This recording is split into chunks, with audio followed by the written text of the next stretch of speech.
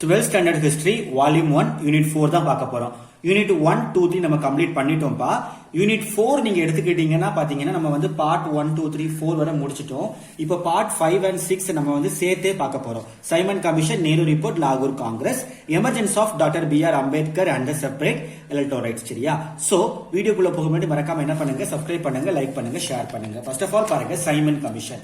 So Simon Commission அப்படின்னு Simon குழு பாத்தீங்கன்னா நம்ம Government of India Act every 10 year review பண்ணுவாங்க. சரியா?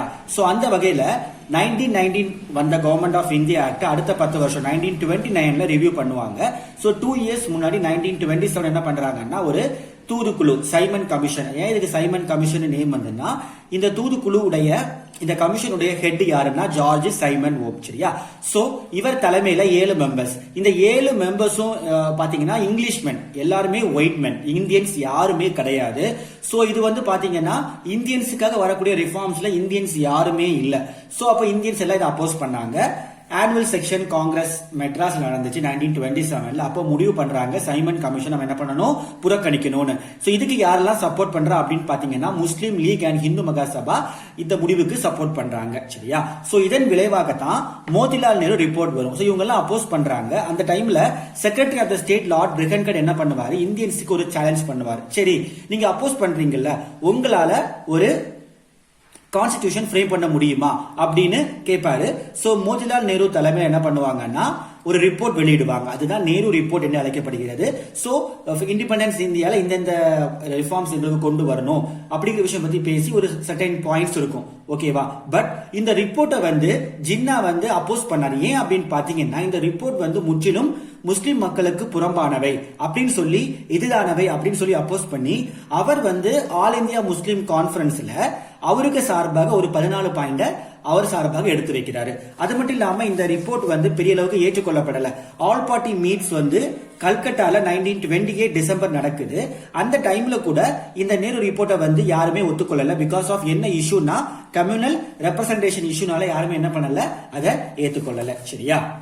சைமன் கமிஷன், அதன் வாயிலாக நேரு ரிப்போர்ட். சோ வந்து சைமன் கமிஷன் நம்ம நாட்டில் வந்த டைம்ல ஒரு முக்கியமான சம்பவம் நடந்துச்சு. இப்போ வந்து 3rd February 1928 எங்க வருது, பாம்பே வருது. சோ அங்க வந்து கடையெடுப்பு, ஹர்தால் நடக்குது. 1928 அக்டோபர் 30 லாகூர்ல வந்த டைம்ல லாலா லஜபதி ராய் தலைமையில ஒரு மிகப்பெரிய ஆன்டி சைமன் டெமான்ஸ்ட்ரேஷன் நடந்துச்சு. ஓகேவா? சோ அந்த டெமான்ஸ்ட்ரேஷன்ல போலீஸ் வந்து என்ன பண்ணிடுவாங்கன்னா நம்ம லாலாவை வந்து ரொம்ப அடிச்சு தாக்கிடுவாங்க. சோ அந்த அடியினால அவர் 1 இயர் கழிஞ்சு என்ன பண்ணிடுவாரு, இறந்து போயிடுவாரு. ஓகேவா? சோ அதுக்கப்புறம் பாத்தீங்கன்னா 1928 டிசம்பர் கல்கட்டா காங்கிரஸ் மீட்ல பாத்தீங்கன்னா அந்த டைம்ல வந்து லெப்டிஸ்ட் ரொம்ப தீவிரமா இருந்தாங்க. சோ அவங்கள வந்து சாந்தப்படுத்தும் வகையில என்ன பண்றாங்கன்னா 1929 காங்கிரஸ் செக்ஷன்ல யாரு தலைவரா இருப்பா, நேரு தலைவரா இருப்பாரு அப்படின்னு சொல்லி என்ன பண்றாங்க, இந்த 1928 மீட்ல வந்து அறிவிக்கிறாங்க. இதுக்கு இடதுசாரிகளை சாந்தப்படுத்தும் நிமித்தமாக. சோ 1928 யார் லீடரா இருந்தா, மோதிலால் நேரு. அதுக்கப்புறம் 1929 அவருடைய சன்னான ஜவஹர்லால் நேரு தலைவரா இருந்தாரு. ஓகே. சோ லாகூர் காங்கிரஸ் செக்ஷன் நம்ம ஏன் இம்பார்ட்டன்டா படிக்கிறோம்னா அந்த காங்கிரஸ் செக்ஷன்ல தான் பூர்ண ஸ்வராஜ் அப்படிங்கிற விஷயத்தை பத்தி பேசியிருப்பாங்க. முழுமையான சுதந்திரம் அப்படிங்கிற ஒரு முடிவுக்கு வந்துருப்பாங்க. ஓகே, எங்களுக்கு கம்ப்ளீட் இண்டிபெண்டன்ஸ் தந்தே ஆகணும். டிசம்பர் 1929 லாகூர் காங்கிரஸ் செக்ஷன் யார் தலைமையில, நேரு தலைமையில. ஓகேவா? சோ அது மட்டும் இல்லாம 1929 டிசம்பர் 31 லாகூர்ல என்ன பண்றாங்க, நம்முடைய தேசிய கொடியான மூவர்ண கொடி ஏற்றப்படுகிறது. அது மட்டும் இல்லாம ஒவ்வொரு வருஷம் ஜனவரி 26 டே ஆஃப் இண்டிபெண்டன்ஸ், விடுதலை நாள் என்று செலிப்ரேட் பண்ணணும் அப்படிங்கிற ஒரு முடிவுக்கும் வராங்க. சோ பின்னால இது வந்து ரிபப்ளிக் டேயா மாறிச்சுது. ஓகே. சோ அடுத்து பாத்தீங்கன்னா அதே இந்த லாகூர் காங்கிரஸ் செக்ஷன்ல சட்ட மறுப்பு இயக்கத்தை வந்து காந்தியடிகள் தலைமையில் தொடங்க போவதாக என்ன பண்றாங்க, முடிவு பண்றாங்க. ஓகேவா? அதாவது civil disobedience movement would be started under the leadership of Gandhi. Okay. So இந்த சட்ட மறுப்பு இயக்கம், இந்த சிவில் டிசோபிடியன்ஸ் மூவ்மெண்டின் ஒரு பகுதியாக தண்டி யாத்திரை, இது ரொம்ப ஃபேமஸான ஒரு தண்டி மார்ச், அப்படிதானே? சோ இது வந்து சபர்மதி ஆசிரமத்தில் இருந்து எங்க போகுது, தண்டியை நோக்கி. சோ தண்டி அப்படிங்கிற இடம் வந்து ஒரு குஜராத் கடற்கரையில் உள்ள ஒரு இடம். சரியா? அப்போ இந்த ஆசிரமத்தில் இருந்து கிட்டத்தட்ட 375 கிலோமீட்டர் தொலைவில் இருக்குது. இங்க இருந்து நடந்தே போகணும். 25 டேஸ் ஆகுது. என்னைக்கு ஸ்டார்ட் பண்றாங்க, 12th March 1930 ஸ்டார்ட் பண்றாங்க. என்னைக்கு முடிச்சாங்கன்னா 1930 ஏப்ரல் 6 வந்து கம்ப்ளீட் பண்ணாங்க. மொத்தம் 78 மெம்பர்ஸ். சரியா? சோ ஆக்சுவலி இதுக்கு முன்னாடியே காந்தி வந்து அறிவிச்சிருப்பாரு காலனி அரசுக்கு இந்த மாதிரி நாங்க என்ன பண்ண போறோம் நடக்க போறோங்கிற விஷயத்த வந்து முன்கூட்டியே அறிவித்த பிறகு என்ன பண்ணிருப்பாரு ஸ்டார்ட் பண்ணிருப்பாரு. சோ அவர் வந்து கடைசியா தண்டிக்கு போய் அங்கிருந்து ஒரு பொடி உப்பை வந்து கையில அள்ளி எடுத்து உப்புக்கு வரி செலுத்தும் சட்டத்தை என்ன பண்ணிருப்பாரு தவிடு பொடி ஆக்கியிருப்பாரு. ஏன் அப்படின்னு பாத்தீங்கன்னா அந்த டைம்ல வந்து உப்புக்கு வந்து அதிகமான வரி இருந்தது. உப்புக்கு மேல பிரிட்டிஷ் வந்து அவங்க ஆளுமையை செலுத்தி இருந்தாங்க. சோ அதை வந்து தவிடு பொடி ஆக்கும் விதமாக ஒரு பொடி உப்பை எடுத்து அந்த உப்புக்கு போட்ட வரியை வந்து என்ன பண்ணிருப்பாரு சுக்கு நூறா உடைச்சிருப்பாரு காந்தி அவர்கள். சோ அதுக்கப்புறம் பாத்தீங்கன்னா தமிழ்நாட்டுல என்னன்னா வேதாரண்யம் சால்ட் சத்தியாகிரகா இது எங்க அப்படின்னு பார்க்கும்போது திருச்சியில 1930 ஏப்ரல் 13 ஸ்டார்ட் ஆகி கிட்டத்தட்ட 150 மைல்ஸ் நடந்து போய் ஏப்ரல் 28 எங்க முடிஞ்சது வேதாரண்யம். இது எங்க இருக்குன்னா தஞ்சாவூர் கடற்கரை பகுதி, தஞ்சாவூர் கோஸ்டல் வில்லேஜான வேதாரண்யத்துல போய் முடிஞ்சிச்சு. இதுல வந்து யாரு தலைமை தாங்கியிருப்பா அப்படின்னு பாத்தீங்கன்னா ராஜாஜி. ஓகேவா? சோ இவர் யார் அந்த டைம்ல தான் தமிழ்நாடு காங்கிரஸ் உடைய பிரசிடென்ட் என்னது எலக்ட் ஆன காலகட்டம் அந்த டைம்ல. ஓகேவா? சோ அந்த டைம்ல பாத்தீங்கன்னா தஞ்சாவூர் கலெக்டர் வந்து யாருன்னா ஜே.ஏ. த்ரான். இவர் வந்து ஆர்டர் பண்ணிருப்பாரு இந்த மாதிரி நடந்து வருவாங்க. சோ இந்த மாதிரி நடந்து வரவங்களுக்கு யாராவது சப்போர்ட் பண்ணீங்க நாங்க வந்து என்ன பண்ணுவோம் சிவியரா ஆக்ஷன் எடுப்போம்னு. சோ இந்த மாதிரி பயம் புறுத்தியும் இந்த மாதிரி நடந்து போற மக்கள் சரியா சோ அந்த தொண்டர்களுக்கு வந்து வழியெங்கும் பெரிய வரவேற்பு இருந்து மெயினா பாத்தீங்கன்னா குறிப்பிட்ட ஏரியான கும்பகோணம் இந்த மாதிரியான பகுதிகளில் வந்து அதிக வரவேற்பு இருந்தது. கும்பகோணம், செம்மங்குடி, திருத்துறைப்பூண்டி இதுல வந்து மிகப்பெரிய நல்ல ஒரு குட் ரிசப்ஷன் அவங்களுக்கு இருந்துச்சு. ஓகேவா? சோ அடுத்தது பாருங்க round Table conference. Okay, so இந்த சைமன் குழு தனது அறிக்கையை என்ன பண்ணுச்சு அரசிடம் சமர்ப்பிச்சிச்சு. ஆனா காங்கிரஸ், இந்து மகாசபை, முஸ்லீம் லீக் இதெல்லாம் என்ன பண்ணுச்சு இந்த அறிக்கையை வந்து புறக்கணிச்சு. எல்லாருமே என்ன பண்ணாங்க கோ பேக் சைமன் கமிஷனை புறக்கணிச்சாங்க. சோ இந்த அறிக்கையை ஏற்பதற்கு பிரிட்டிஷ் ஆட்சியாளர்கள் முயன்றனர். ஆனால் இந்திய தலைவர்கள் இல்லாமல் அவர்களது ஆலோசனை இல்லாமல் நிலையில் இது என்னது வேஸ்டா போகும் அப்படித்தானே. சோ இது வந்து இந்தியன்ஸ் கொண்டு வரக்கூடிய ரிஃபார்ம். சோ அவங்க ஈடுபாடு இல்லாம இந்த அறிக்கை முற்றிலும் என்ன ஆயிரும் வேஸ்ட் ஆயிரும். சோ அதுக்காக அவங்க என்ன பிளான் பண்றாங்கன்னா இந்த அறிக்கையை சட்டப்பூர்வமாக்கவும் நம்பிக்கை உரியதாக்கவும் நோக்கில் இந்திய கருத்தை உருவாக்கும் வல்லமை உடைய பல தரப்பட்ட தலைவர்களை கூட்டி என்ன பண்ணணும் ஒரு வட்டமேசை மாநாட தொடங்கணும், ரவுண்ட் டேபிள் கான்ஃபரன்ஸ் கிரியேட் பண்ணலாம்னு முடிவுக்கு வராங்க. So first round Table conference 1930 லண்டன்ல நடந்துச்சுப்பா. அதை வந்து என்ன பண்ணாங்க காங்கிரஸ் வந்து பைகாட் பண்ணாங்க. காங்கிரஸ் அதை வந்து புறக்கணிச்சாங்க, போகல. சோ இப்படியே விட்டா சரியாகாதுன்னு சொல்லி என்ன பண்றாங்க காந்தி இர்வின் தம்ல வந்து ஒரு பேக்ட் ஒரு ஒப்பந்தம் வந்து சைன் ஆகுது. மார்ச் 5 1931 காந்தி இர்வின் பேக்ட் முக்கியமான ஒப்பந்தம். இந்த ஒப்பந்தத்தை கராச்சி காங்கிரஸ் மாநாடு வந்து ஏற்றுக்கொண்டது. சோ இர்வின் அந்த டைம்ல உள்ள வைஸ்ராய் தான் இர்வின். சரியா? சோ ஆக்சுவலி பாத்தீங்கன்னா ஜான் 1931 வந்து காந்தி வந்து என்னது release from jail. Okay, Gandhi release பண்றாங்க. அதுக்கப்புறம் மார்ச் மாசம் 5ஆம் தேதி 1931 காந்தி இர்வின் பேக்ட் நடக்குது, ஒப்பந்தம் நடக்குது. இயர் அண்ட் மந்த் பாத்துக்கோங்க. ஓகேவா? சோ இந்த ஒப்பந்தம் படி என்ன அப்படின்னு பாத்தீங்கன்னா சில சலுகைகள் ஏன்னா கன்வின்ஸ் பண்ணணும்ல நம்ம.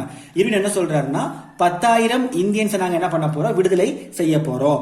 அப்ப வந்து காந்தி என்ன சொல்றாரு அந்த டைம்ல நீங்க வந்து என்ன பண்ணணும் சத்தியாகிரக பிரச்சாரத்தை கைவிட உறுதி ஏற்கணும் அப்படின்னு சொல்றாங்க. சோ காந்தி ஒத்துக்கொண்டார். ஓகே, நான் சத்தியாகிரக பிரச்சாரத்தை என்ன பண்றேன் கைவிடுறேன் அப்படின்னு அக்செப்ட் பண்ணிக்கிட்டாங்க. சோ ரெண்டு பக்கம் இருந்தும் ஒரு மியூச்சுவல் அண்டர்ஸ்டாண்டிங்ல இந்த ஒப்பந்தம் முடியுது. ஓகேவா? சோ அப்ப இப்படியெல்லாம் சமாதானம் ஆயிட்டாங்கல்ல.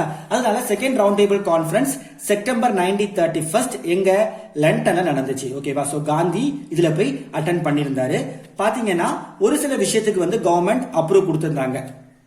உப்பை சுய பயன்பாட்டுக்கு பயன்படுத்திக் கொள்ளலாம், அரசியல் கைதிகளை விடுதலை செய்வது, சாராய மற்றும் அந்நிய துணிகளை விற்கும் கடை முன் ஆர்ப்பாட்டம் செய்யலாம் அப்படிங்கிற விஷயத்துக்கு கவர்மெண்ட் என்ன பண்ணாங்கன்னா அக்ரி பண்ணாங்க. ஆனா என்ன மறுத்துட்டாங்க அப்படின்னு பார்க்கும்போது பகத்சிங் மற்றும் அவங்க ஃப்ரெண்ட்ஸுக்கு என்ன கொடுத்திருந்தாங்க மரண தண்டனை கொடுத்திருந்தாங்க. சோ அதை வந்து குறைக்க முடியாதுன்னு சொல்லி வைஸ்ராய் மறுத்து விட்டார். சரியா? சோ இருப்பினும் இந்த மாதிரி அப்ரூவ் கொடுத்தாலுமே செகண்ட் ரவுண்ட் டேபிள் கான்ஃபரன்ஸ் கூட ஒரு மிகப்பெரிய ஏமாற்றம் தான். ஏன்னா காந்தி வந்து அவர் நினைச்ச மாதிரி அவர் சொன்ன கருத்துக்கள் பெரிய அளவுல ஏற்றுக்கொள்ளவில்லை. அவர் வந்து வெறும் கையோட தான் திரும்பி வந்தார். ஒரு கிரேட் டிசப்பாயிண்டட். ஓகேவா? Second Round Table Conference. அதுக்கப்புறம் பாத்தீங்கன்னா அந்த செகண்ட் ரவுண்ட் டேபிள் கான்ஃபரன்ஸ் முடிஞ்சு Gandhi return with empty handed. அதுக்கப்புறம் வந்து நிறைய நாட்டில் வந்து ஒரு மிகப்பெரிய பொருளாதார பின்னணி, அதாவது பொருளாதார டிப்ரெஷன், சரியா, ஒரு மந்தம் வந்து கிரியேட் ஆச்சு. ஓகேவா? சோ ஆக்சுவலி இந்த எக்கனாமிக் டிப்ரெஷன் கிரியேட் ஆனனால என்ன ஆச்சு அப்படின்னு பாத்தீங்கன்னா வேலை செய்யும் ஒர்க்கர்ஸ் அண்ட் பிசன்ஸ் என்ன பண்றாங்கன்னா ஆல் ஓவர் த கண்ட்ரி வந்து ப்ரொடெஸ்ட் பண்றாங்க. ஓகேவா? சோ எல்லாத்தையும் எதிர்த்து என்ன பண்றாங்க, போராடுறாங்க. சோ இந்த ப்ரொடெஸ்டுக்கு, ஒர்க்கர்ஸ் அண்ட் விவசாயிகள் போராட்டத்துக்கு யாரு சப்போர்ட் பண்றாங்கன்னா இடதுசாரிகள், லெப்டிஸ்ட் வந்து சப்போர்ட் பண்றாங்க அவங்களுடைய போராட்டங்களுக்கு. சரியா? அப்போ ஒரு விவசாயிகளின் போராட்டம் வந்து அதிகமா எல்லா இடத்துலயும் நடைபெற்று கொண்டிருந்தது. ஓகேவா? சோ இப்படியே போனா சரியாகாது அப்படின்னு சொல்லி என்ன பண்றாங்கன்னா கவர்மெண்ட் வந்து அந்த மூவ்மெண்ட், அந்த விவசாயிகள் போராட்டம் அந்த மூவ்மெண்ட்டை வந்து கிரஷ் பண்ணணும், உடைக்கணும்னு சொல்லி கவர்மெண்ட் பிளான் பண்றாங்க. பிளான் பண்ணி என்ன பண்றாங்கன்னா காங்கிரஸ் வந்து பேன் பண்றாங்க, காங்கிரஸுக்கு தடை அறிவிக்கிறாங்க. முக்கியமான எல்லா லீடர்ஸ் இன்க்ளூடிங் நேரு, அப்துல் கஃபர் கான், காந்தி, கிட்டத்தட்ட 1 lakh ப்ரொடெஸ்டர்ஸ் எல்லாருமே என்ன பண்றாங்கன்னா அரெஸ்ட் பண்ணிட்டாங்க. மொத்தமா பெரிய பெரிய லீடர்ஸ் எல்லாருமே அரெஸ்ட் பண்ணி முற்றிலுமே இல்லாம ஆக்கிட்டாங்க. ஓகேவா? சோ இப்படி அரெஸ்ட் பண்ணனால பாத்தீங்கன்னா இந்த மூவ்மெண்ட் வந்து கொஞ்சம் கொஞ்சமா என்ன ஆச்சுன்னா அப்படியே மே 1933 வந்து மறைஞ்சு சஸ்பெண்ட் ஆயிருந்தது. அதுக்கப்புறம் முற்றிலுமே எப்ப முடிவுக்கு வந்ததுன்னா மே 1934 கம்ப்ளீட்டா என்ன ஆயிடுச்சு, எண்ட் ஆயிடுச்சு. ஓகேவா? சோ இதோட நம்ம வந்து Simon commission round Table conference முடிஞ்சது. அப்புறம் நம்ம என்ன பார்க்க போறோம் அப்படின்னு பாத்தீங்கன்னா டாக்டர் B.R. அம்பேத்கருடைய வருகை, அதாவது அவருடைய எமர்ஜென்சி, டாக்டர் B.R. அம்பேத்கருடைய தலைமை மற்றும் தனி தொகுதிகள் உருவாக்கம். சரியா? சோ நம்ம எல்லாருக்குமே தெரியும் ஒப்பற்ற ஒரு மிகப்பெரிய தலைவர் டாக்டர் B.R. அம்பேத்கர். சரியா?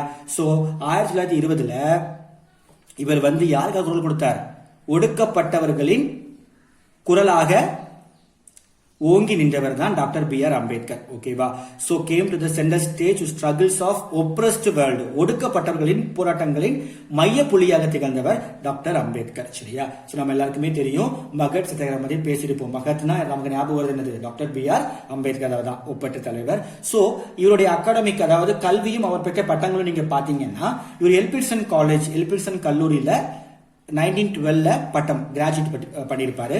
அதுக்கப்புறம் பாத்தீங்கன்னா மகாராஜா ஆஃப் பரோடா அவருடைய ஸ்காலர்ஷிப்ல கல்வி உதவித்தொகை பெற்று அமெரிக்கால போய் பிஜி டிகிரி பட்டம் மேற்படிப்பும், டாக்டரேட் ஃப்ரம் கொலம்பியா யூனிவர்சிட்டி முனைவர் பட்டமும் பெற்றிருப்பாரு. அதுக்கப்புறம் லண்டன் சென்று சட்டமும் எக்கனாமிக்ஸ் பொருளாதாரமும் படிப்பார். ஓகே, லா அண்ட் எக்கனாமிக்ஸ் படிச்சிருப்பாரு. 1916 இவர் வந்து ஒரு இன்டர்நேஷனல் கான்ஃபரன்ஸ் ஆஃப் ஆந்த்ரோபாலஜில வந்து பார்ட்டிசிபேட் பண்றாரு. ஓகேவா? மானடவியல் தொடர்பான சர்வ தேச மாநாட்டில் வந்து கலந்து கொள்றாரு. சோ அந்த மாநாட்டில் இவர் வந்து எதை பத்தி பேசுறாரு அப்படின்னு பாத்தீங்கன்னா ஒரு ரிசர்ச் பேப்பர் வெளியிடுறாரு. இந்தியாவின் சாதிகள், கேஸ்ட் இன் இந்தியா அப்படிங்கிற ஒரு பேப்பரை வந்து வெளியிடுறாரு. பின்னால அந்த பேப்பர் வந்து இந்தியன் ஆன்டிகுவரி, அரிய இந்திய புத்தகம் அப்படிங்கிற ஒரு பெயர்ல வெளிவந்துச்சு. ஓகேவா? சோ அது மட்டும் இல்லாம இவர் பாத்தீங்கன்னா பிரிட்டிஷ் அந்த டைம்ல வந்து என்ன பண்ணாங்கன்னா searching of talents among the downtrodden, தாழ்த்தப்பட்ட மக்கள்ல இருந்து ஒரு சிறந்த அறிவு நுட்பம் வாய்ந்த ஒரு மனிதரை தேடிக்கொண்டு இருந்துச்சு. சோ அந்த டைம்ல பிரிட்டிஷ் வந்து இவர் வந்து இன்வைட் பண்றாங்க. எதுக்கு அப்படின்னு பாத்தீங்கன்னா ஒரு மாநாடு, அதாவது என்னன்னா interact with Southborough Franchise Committee கூட கலந்துரையாட இவருக்கு அழைப்பு விடுக்கிறாங்க. ஓகேவா?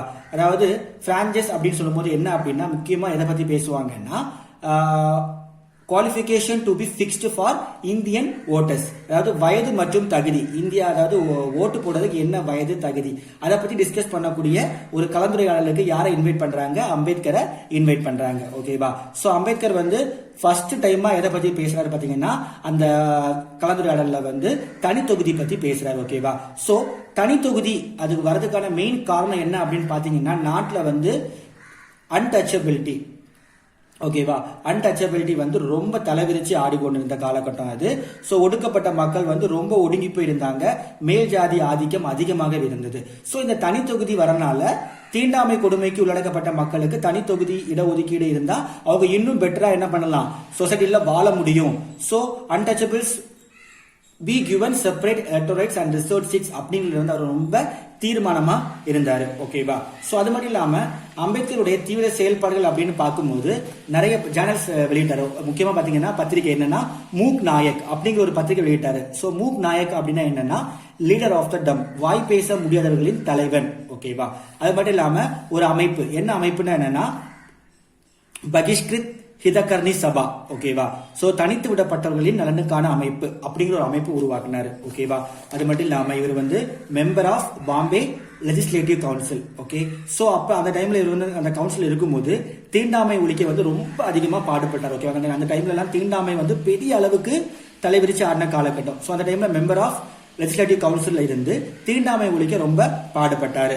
அது மட்டும் இல்லாம established Mahad Satyagraha, very important point. ஓகேவா? சோ அதனால இவர் வந்து மகட் சத்தியாகிரகம் என்ற அமைப்பை தொடங்கினார். ஓகேவா? சோ இதெல்லாம் இவருடைய செயல்பாடுகள், ஆக்டிவிசம். சரியா? So future of untouchables. So தீண்டாமை, கொடுமை அப்படிங்கிற விஷயம் அப்ப இந்த இப்படியே போயிட்டு இருந்துச்சுன்னா அன்டச்சபிள்ஸ் இதுக்கு இவங்களுடைய எதிர்காலம் எப்படி இருக்கும் என்பதை வந்து அவர் வந்து அப்பவே யோசிச்சு பார்த்தாரு. ஓகேவா? சோ ஆக்சுவலி காங்கிரஸ் வந்து எப்படி மூவ் ஆகுது சிந்தனை பண்றாருன்னா, காங்கிரஸ் வந்து சாதி இந்துக்களின் ஆதிக்கம் வந்து ரொம்ப அதிகமாவே இருந்துச்சு. ஓகேவா? சோ இருக்கும் என்ன அவர் வந்து ரொம்ப ரியலி ஒரி பண்ணிக்கிட்டாரு. ஏன்னா காங்கிரஸ்ங்கிற அமைப்புல வந்து அதிகமா இந்துக்கள் இருந்தாங்க. அந்த சாதி இந்துக்களின் ஆக்கிரமிப்பு அதிகமாகவே காணப்பட்டது. சரியா? சோ இதனால வந்து பாத்தீங்கன்னா ஒடுக்கப்பட்ட தாழ்த்தப்பட்ட மக்களுக்கு சரியான அந்தஸ்து இடமும் அங்க கிடைக்காது அப்படிங்கிற விஷயமும் பரவலாக பேசப்பட்டது. சோ இதனால இவர் வந்து பாத்தீங்கன்னா Simon commission, all party meet conference, round Table conference போன்ற எல்லா இடங்கள்லயும் இவர் வந்து செப்பரேட் எலக்டரேட் பத்தி என்ன பண்ணிருப்பாரு, டிமாண்ட் பண்ணிருப்பாரு. ஓகேவா? தனி தொகுதி வேண்டும் என்ற கோரிக்கையை வந்து வலியுறுத்தி இருப்பாரு. சரியா? சோ பட் இந்த தனி தொகுதி அப்படிங்கிற விஷயம் அவர் சார்பில் வருது. பட் காந்தி மற்ற காங்கிரஸ் தலைவர்கள் என்ன ஃபீல் பண்றாங்கன்னா, இந்த மாதிரி தனி தொகுதிகள் கொண்டு வரனால நம்முடைய நேஷனல் மூவ்மெண்ட் வந்து பிளவுபட்டு போகும். நம்ம நினைக்கக்கூடிய மிகப்பெரிய மக்கள் இயக்கம் அப்படின்னு சொல்லக்கூடிய மக்கள் இயக்கத்துல எல்லாருமே அடக்கம், எல்லா மக்களும் சேர்ந்ததான் மிகப்பெரிய மக்கள் இயக்கம். சோ அந்த மக்கள் இயக்கம் அப்படிங்கிற ஒரு இயக்கம் வந்து உருவாகிறது வந்து கனவாகவே போயிடும். சோ இப்படி இந்த செப்பரேட் எலக்டரேட் தனி தொகுதி கொண்டு வரது வந்து இது வந்து நம்மளுடைய நேஷனல் மூவ்மெண்ட் வந்து வலிமை குஞ்சியதா மாற்றும்னு இவங்க ஃபீல் பண்றாங்க. ஓகேவா? சோ கடைசியா பாத்தீங்கன்னா கம்யூனல் அவார்டு, வகுப்பு வாரி தொகுதி அப்படிங்கிற விஷயத்தை பத்தி பேசுறதுக்காக காந்தியும் அம்பேத்கரும் ஒரு மீட்டிங், அதாவது செகண்ட் ரவுண்ட் டேபிள் கான்ஃபரன்ஸ்க்கு முன்னாடி, பிஃபோர் செகண்ட் ரவுண்ட் டேபிள் கான்ஃபரன்ஸ்க்கு முன்னாடி ரெண்டு பேரும் சந்திச்சு பேசியிருப்பாங்க. இதை பத்தி தனி தொகுதி பத்தி பேசியிருப்பாங்க. ஆனா அது வந்து என்னது, தோல்வியில முடிஞ்சிருக்கும். யாருமே அவங்கவுங்க பாயிண்ட்ஸை ஏற்றுக்கொள்ளல. சோ அது வெண்ட் இன்டு ஃபெயிலியர். ஓகேவா? சோ அதுக்கப்புறம் பாத்தீங்கன்னா செகண்ட் ரவுண்ட் டேபிள் கான்ஃபரன்ஸ்ல போய் இந்த சேம் இஷ்யூ செப்பரேட் எலக்டரேட் பத்தி அங்கேயும் பேசியிருப்பாங்க. ஓகேவா? சோ அவங்களுக்குள்ள என்ன நடந்தது, விவாதம் நடந்தது. அந்த டைம்ல என்ன தீர்ப்பாகும் அப்படின்னு பாத்தீங்கன்னா, ராம்சாய் மேக்டொனால்ட், ஓகே, எம்சி டொனால்ட் வந்து பிரிட்டிஷ் பிரைம் மினிஸ்டர் அவரு. சோ அவர் என்ன சொல்லியிருப்பாருன்னா, இதுல வந்து என்ன முடிவு கூறும்னா, இதில் தலையிட்டு முடிவெடுக்க வேண்டும் என்ற இந்த கருத்தில் முடிவு எட்டப்படாமல் இருந்தது. அதாவது என்னன்னா, சோ பிரிட்டிஷ் பிரைம் மினிஸ்டர் வந்து இந்த விஷயத்துல என்ன பண்ணுவாரு, தலையிட்டு அவர் வந்து ஒரு முடிவை வந்து சொல்லுவாரு. அப்படிங்கிற பட்சத்தில் எல்லாரும் என்ன பண்ணாங்கன்னா, அந்த விவாதம் வந்து க்ளோஸ் ஆயிடுச்சு. Okay. So August 1932 British government என்ன பண்றாங்க அப்படின்னு பாத்தீங்கன்னா, கம்யூனல் அவார்டு, வகுப்பு வாரி தொகுதி அப்படிங்கிற ஒரு விஷயத்தை வந்து அனௌன்ஸ் பண்றாங்க. சோ அம்பேத்கரின் கோரிக்கை வந்து ஏற்கப்பட்டது அப்படின்னே சொல்லலாம். சரியா? சோ கடைசியா பாத்தீங்கன்னா பூனா ஒப்பந்தம். சோ இந்த விஷயம் தனி தொகுதி அப்படிங்கிற விஷயம் வந்த உடனே காந்தியால அதை வந்து ஏற்றுக்கொள்ள முடியல. ஏற்கனவே நாடு வந்து மதம் அடிப்படையில வந்து பிரிஞ்சு கிடக்குது. இப்ப வந்து தனி தொகுதி அப்படின்னு சொல்லும் போது ஒடுக்கப்பட்ட மக்கள் இன்னும் எனக்கு தனியா போயிடுவாங்க. சோ ஒரு மாஸ் மக்கள் மூவ்மெண்ட் வராது அப்படின்னு சொல்லி அவர் வந்து கவலை அடைஞ்சு ஏர்வாடா சிறையில போய் சாகும் வரை உண்ணாவிரதம் இருக்க போற அறிவிச்சாங்க. சோ அப்ப வந்து அம்பேத்கருக்கு வந்து ஒரே பிரஷர். இப்ப பாருங்க, காந்தி வந்து அப்படி இருக்கிறாரு, சோ அவர் உயிரை போய் காப்பாற்றணும் அப்படிங்கிற பிரஷர் அம்பேத்கருக்கு இருந்தது. சோ நம்ம தலைவர் என்ன பண்றாருன்னா, அவரை போய் பாக்குறாரு, அம்பேத்கரை போய் பாக்குறாரு. ரெண்டு தலைவர்களும் பேசுறாங்க. பேசி கடைசியில பூனா ஒப்பந்தம் அப்படிங்கிற விஷயத்துக்கு வந்து வராங்க. ஓகேவா? என்ன அப்படின்னு பாத்தீங்கன்னா, இந்த தனி தொகுதி அப்படிங்கிற விஷயத்த வந்து என்ன பண்றாங்க, எடுத்துக்கொண்டு எதை உள்ள வைக்கிறாங்க, ரிசர்வ்டு சீட்ஸ், இடஒதுக்கீடு அப்படிங்கிற விஷயத்த கொண்டு வராங்க. ஓகேவா? சோ பின்னால இந்த சுதந்திர இந்தியாவின் அரசியல் சாசனத்துல இந்த இடஒதுக்கீடு வந்து இடம்பெற்றது அப்படின்னு சொல்லலாம். சோ அம்பேத்கர் எந்தெந்த கட்சியில இருந்தார் அப்படின்னு பாத்தீங்கன்னா, அவர் வந்து ரெண்டு பொலிட்டிக்கல் பார்ட்டிஸ் வந்து லான்ச் பண்ணாரு. என்னெல்லாம் அப்படின்னு பாத்தீங்கன்னா, இண்டிபெண்டன்ட் லேபர் பார்ட்டி, சுதந்திர தொழிலாளர்கள் கட்சி 1973, 1942ல ஷெட்யூல்டு காஸ்ட் ஃபெடரேஷன், பட்டியல் இனத்தவர் கூட்டமைப்பு அப்படிங்கிற அமைப்பை கிரியேட் பண்ணாரு. 1942ல இவர் வந்து பாதுகாப்புத்துறை ஆலோசனை குழுவின் உறுப்பினராக இருந்தார். ஓகேவா? Member of the defence advisory committee. அப்புறம் ஒரு கொஞ்சம் மாதங்கள் கழித்து few months later minister in the viceroy's cabinet. ஓகேவா? அதுக்கப்புறம் சேர்மன் ஆஃப் டிராஃப்டிங் கமிட்டி, நம்முடைய அரசியல் சாசன வரைவு குழுவின் தலைவராக இருந்தாரு. ஓகேவா? சோ இண்டிபெண்டன்ஸுக்கு அப்புறம் நேரு அமைச்சரவையில அமைச்சராக இடம் பெறதுக்கு இவர் என்ன பண்ணாரு, அழைக்கப்பட்டார். இதெல்லாம் அவர் வகித்த பதவிகள் மற்றும் அவர் தொடங்கின கட்சிகள், அவருடைய பொலிட்டிக்கல் லைஃப். ஓகேவா? சோ இத்துடன் நம்ம இந்த 4th சாப்டர் ஃபுல் அண்ட் ஃபுல்லா கம்ப்ளீட் பண்ணிட்டோம். ஓகேவா? சோ நம்ம வந்து புக் பேக் கொஸ்டின் தனியா ஒரு வீடியோல பார்க்கலாம்.